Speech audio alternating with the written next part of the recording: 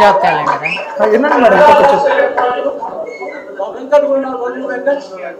Madam దాన్ని అమలు చేసేందుకు యూపీఎస్సీ లాగా ఒకటి యూపీఎస్సీ లాగా జాబ్ క్యాలెండర్ రావాలి.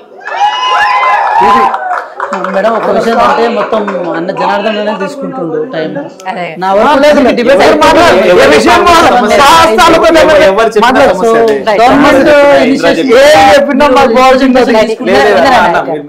జనార్దన్ చెప్పినా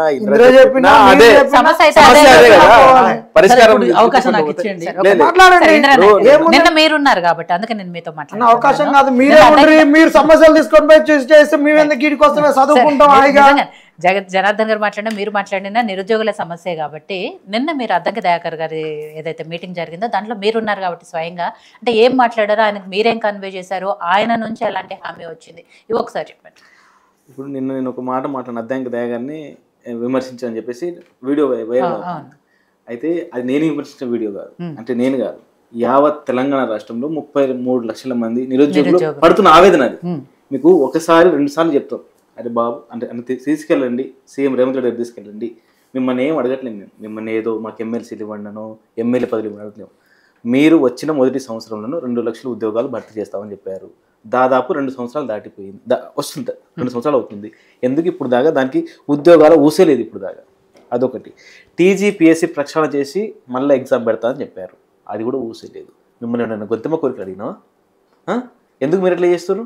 మీకోసం మేము బస్సులు కట్టుకొని యాత్రలు చేసుకుంటా పల్లె ఊరు మా అన్న కూడా ఉన్నాడు అప్పుడు నిరుద్యోగ యాత్ర చేసినప్పుడు అన్న నా పక్కనే ఉన్నాడు, అన్న కూడా తెలుసు.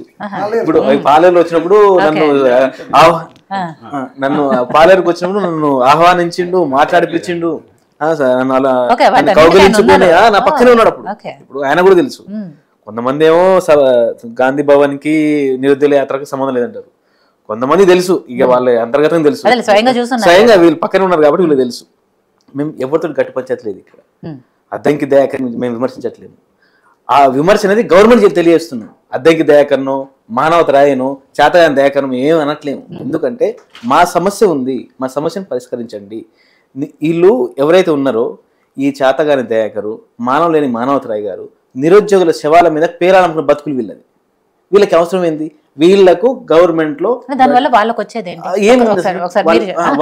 మిమ్మల్ని మోసం చేస్తేనో లేకపోతే మీకేదో మాయ మాటలు చెప్పి నమ్మిస్తానో దాంట్లో చనగాని దయాకర్ గానీ లేకపోతే మానవతరాయ్ గారు కానీ వాళ్ళకి వచ్చేది ఏంటి? చనగాని దయాకర్ ఏ పదవులు ఇచ్చారు కాంగ్రెస్ లో? మిమ్మల్ని మోసం చేసినందుకు ఇచ్చారు కదా.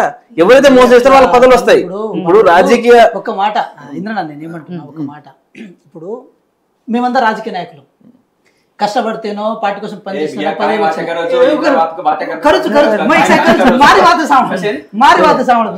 నా మాట కూడా వినాలి.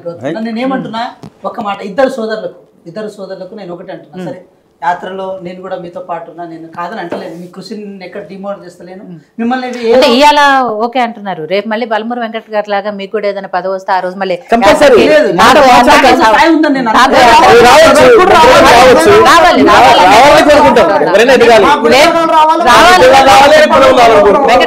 రావాలనే కోరుకుంటున్నాము. కానీ వచ్చిన తర్వాత బలమూరు వెంకట్ గారి లాగా మాట్లాడు,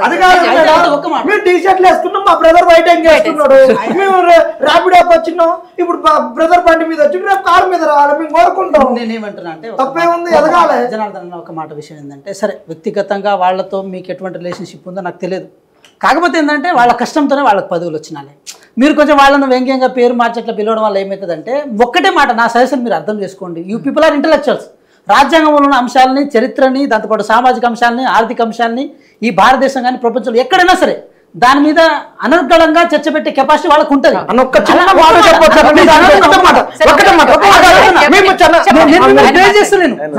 ఏమంటున్నా, ఇప్పుడు నేను తీసుకున్నది కూడా ఇంద్రన్న టైం, సో సారీ మళ్ళీ ఇంద్రన్న నువ్వే తీసుకుని. నేను ఏమంటున్నా, ఒకటే మాట చెప్తున్నా, అన్ని అంశాల మీద అనర్గళంగా నాలెడ్జ్ ఉన్న మీరు ఇటువంటి భాష వాడడం వల్ల ఏమవుతుందంటే, మీ మాటని ఇంటలెక్చువల్ వేలో కాకుండా మాస్ వేలో జనాలు స్వీకరించే అవకాశం ఉంటుంది. ఒక్క మాట, సరే ఒక మూమెంట్ని తీసుకెళ్లాలంటే మాస్ వేలోనే చేరవేయడంలో తప్పు లేదు, కాదని అంటలేము.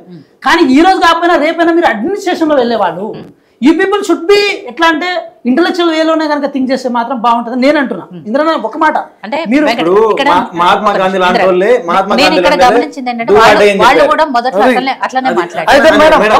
ప్లీజ్ దయచేసి ఒక నిమిషం మాట్లాడండి. వాళ్ళు కూడా మొదట్లో మీరు అన్నట్టుగానే అలానే మాట్లాడారు. ఏదైతే ఉద్యోగులు కాగానో లేకపోతే ఉద్యోగం కోసం అప్లై చేస్తున్న వాళ్ళు చదువుకున్నలాగే మాట్లాడారు.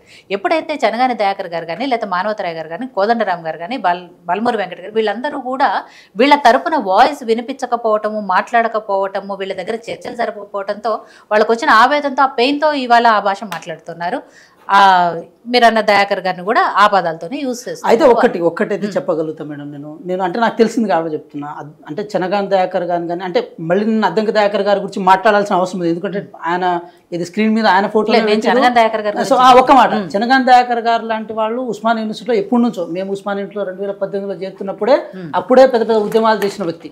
ఒక్క మాట, మీ పట్ల మాట్లాడేటప్పుడు ఏదైనా తప్పు దొరికినా కొంచెం గట్టిగా మాట్లాడినా మీకు నొప్పి చుచ్చుండొచ్చు, మీకు బాధ పెట్టి ఉండొచ్చు. కానీ ఒకటి మాత్రం వాస్తవం, వాళ్ళు మాట్లాడితేనేమో వీళ్ళకి నొప్పి కలగొచ్చు, కానీ వీళ్ళు మాత్రం మాట్లాడకూడదు.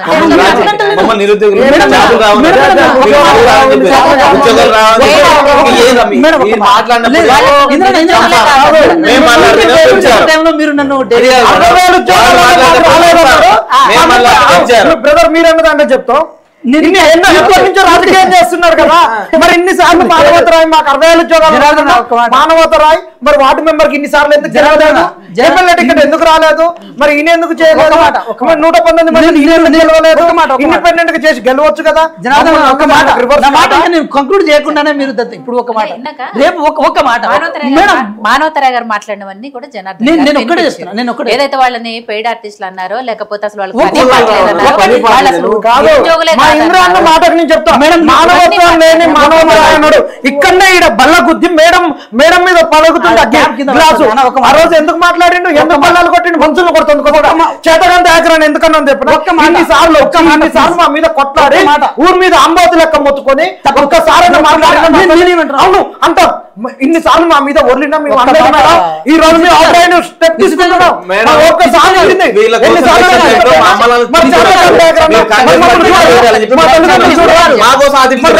విజిత గారు రోడ్ల మీద ఉద్యోగాలు రాదు, పేద ఆర్టిస్టులు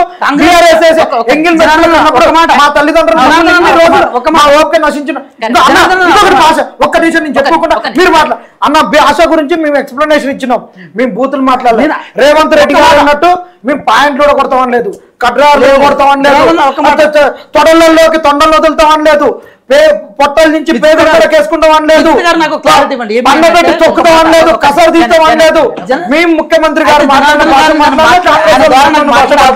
చూడండి ఇదే స్టూడియోలో నన్ను మరి మాకు ఓపిక నశించినప్పుడు కనీసం ఒక మానవత్వం లేనన్నా ఏమన్నా మేము ఏం చెప్తున్నాం. గంట అయింది, వెంకట గారు నిజంగా ఓపికగానే కూర్చున్నారు కాబట్టి కూర్చున్నారేమో నిజంగా ఆ విషయంలో అప్రిషియేట్ చేస్తున్నారు. మానవతరాయ్ గారు మేడం వాళ్ళు వస్తే మేము కూడా ఆ నుంచి కాకరపూతు ఒట్టి తోటమాములు వేసి లక్ష్మీ మామూలు వేస్తాం.